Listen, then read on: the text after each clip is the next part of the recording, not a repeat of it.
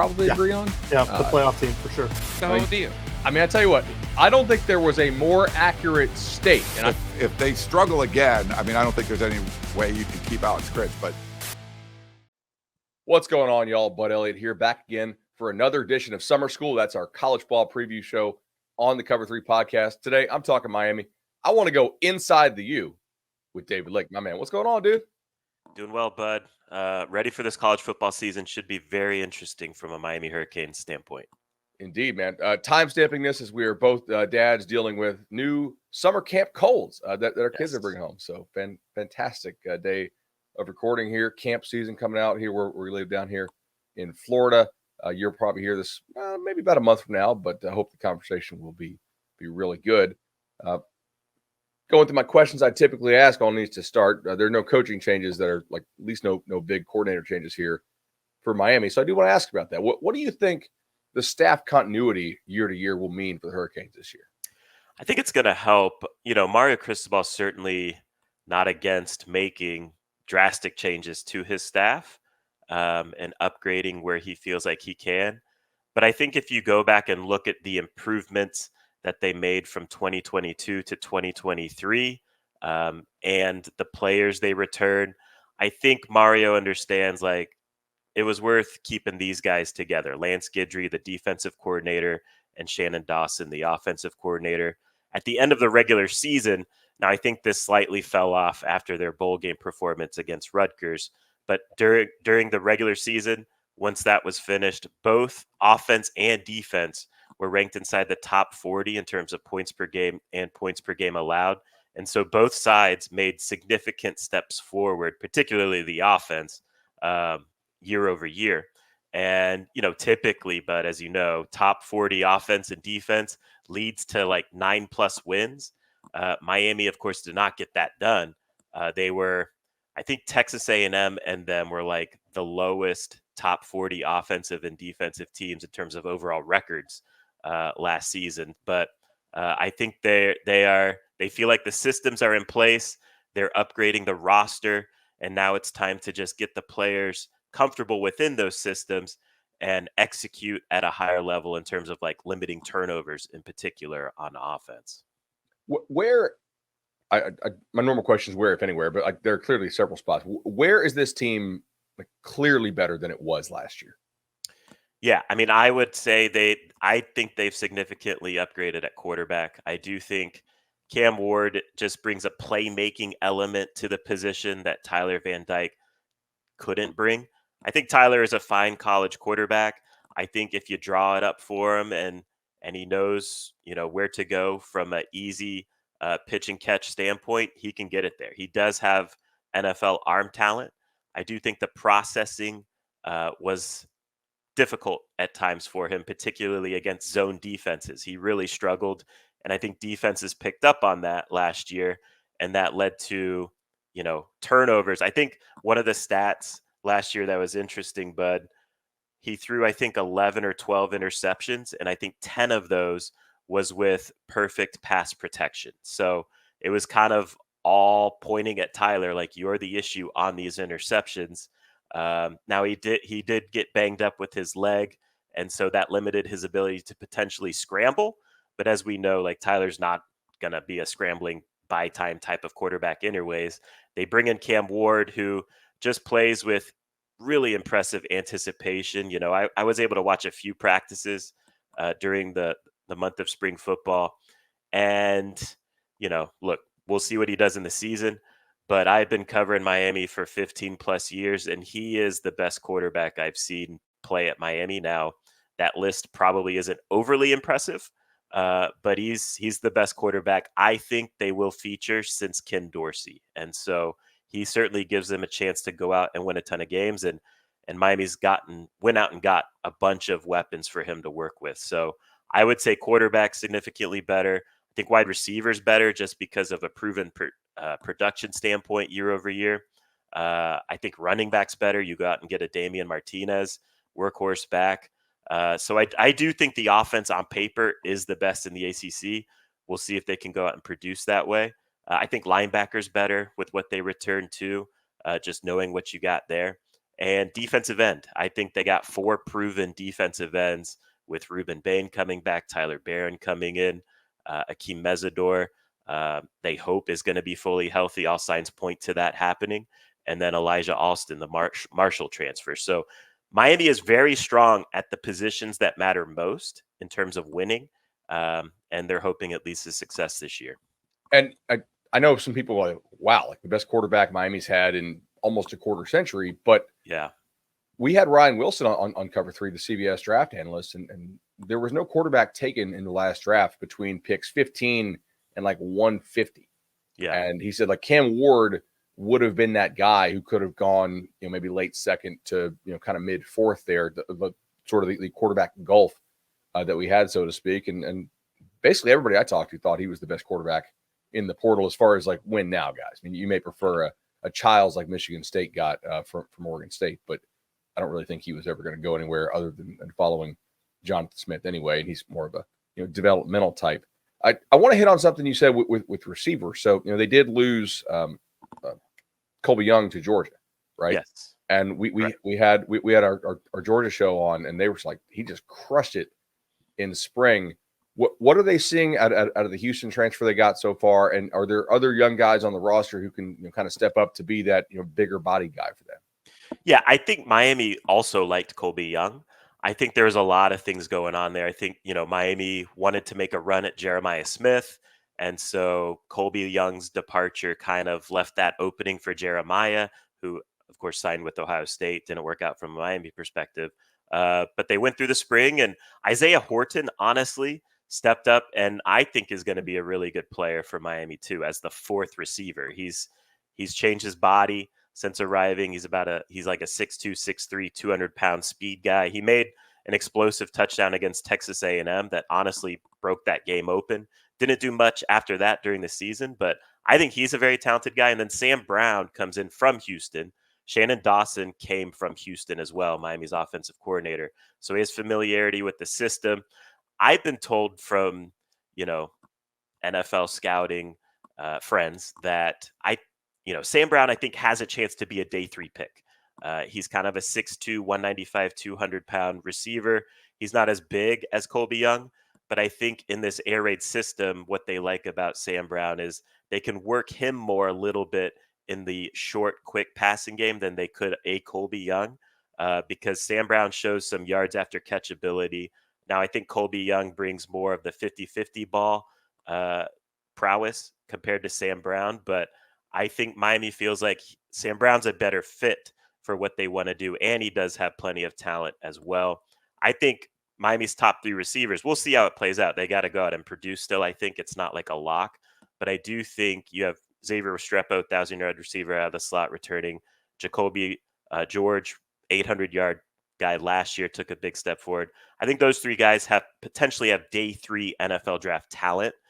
So they're not like A+ talents, but they're like solid B+ at the college level talents, and that can overwhelm college secondaries. So I think Miami feels like they have firepower. Elijah Arroyo comes back at tight end, fully healthy. He was not healthy last year. He is this year, and he can be kind of a dynamic receiver threat for them as well. Plus, they got a bunch of young guys that are very talented. We'll see if they get an opportunity this year at receiver. But they are very loaded at the skill positions this year, which hasn't really been the case in recent years. Let's fast forward to mid-July. We're at ACC Media Day up in Charlotte. Who's a guy that you don't think will get picked first or second team All-ACC that will be a miss by the rest of our ACC media brethren that will probably be there, come postseason? Yeah, I don't know if you agree. And look, I think this could change during the course of the summer as, we all look at the statistics from the previous year and then kind of just project what could happen this year. But to me, I think last year, as that season progressed, I think Kiko Maui-Noa, Miami's middle linebacker, was a little bit slept on for what he did. He totaled about 80 plus tackles, 17 and a half tackles for loss, 7.5 sacks, had a pick. Just a very disruptive player. They use him a lot in this scheme as a blitzer as well. I think he had 25 pressures on only like 70 pass rushing snaps. So he's a guy that really disrupts things. He was held out of action in the spring So, because he was recovering from a shoulder deal. So even the spring buzz, isn't going to be there with Kiko Maui-Noa. But I do think he's a guy that's kind of been slept on. And look, the ACC's had good linebackers, so I get it as well. But if he's a guy that's not a first team preseason all ACC guy, it would kind of make me scratch my head a little bit, I guess. They run a lot of high risk blitzes too, and kind of ask him to when they don't send him, he's sort of the cleanup guy and is pretty good in that role as well. Like I've been pretty impressed. What other than defensive end, because you already mentioned it, where's another spot where they can afford to really get into their depth? Yeah, I mean, look, I think linebacker, they're okay. They brought in a guy, Jalen Alderman, from Louisville, who's going to be their third linebacker this year because Miami returns Wesley Bissaint with Kiko Maui-Noa. And look, Lance Guidry likes to get into a 3-3-5 at times too. So I think they feel good at linebacker. If we're just talking defense, that's probably it. I think they're a little thin at corner. They brought in Diani Hill from Marshall to kind of shore things up there. But offensively, I think they got depth in a lot of spots, particularly receiver. We touched on it. But really, if we're talking thin depth, D tackle to me is not championship level. I think it's fine. It's not bad, but it's not championship level. And I not think natty championship level. Like correct. Yeah. Okay. Yeah. Correct. Okay. That makes sense. What's a fall position battle that you're really looking forward to covering?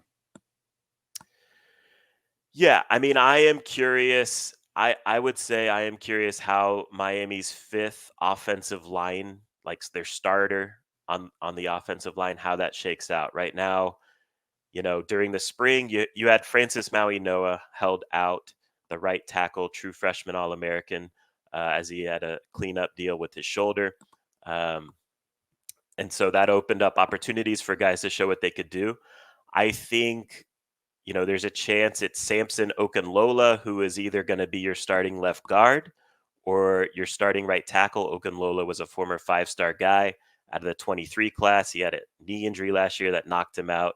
I don't know if he would have played much anyways, but he's a guy to keep an eye on. Markel Bell is a very intriguing JUCO addition, 6'9", mountain of a man, maybe the biggest, like from a length perspective, football player I've ever seen. Like Bryant McKinney big. Yes. Okay, yeah. 6'9", 340, carries it like he's 290, but he's very raw technique-wise. Now, I do think during the course of the spring he got better, and so if he continues on that trajectory, who knows where things go. But he's very intriguing to me as a guy that might be able to make a late push here.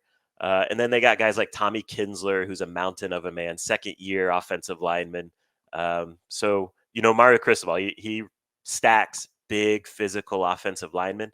I do think there's kind of a question as to who that fifth guy is going to be and how that plays out in the spring. And also like what the domino effects could be, because Alex Mirabal, their O-line coach, just wants the 5 best. And however that fits together from a left to right perspective is how it fits together. So I am curious what that looks like, because game 1 is going to be against Florida, who, offers some talent in the front 7. For sure. Miami's recruited extremely well out of the high school ranks.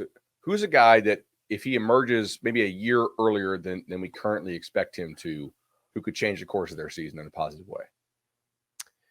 Yeah, I mean, I would say Damari Brown stepping up, taking that next step would be big for this team.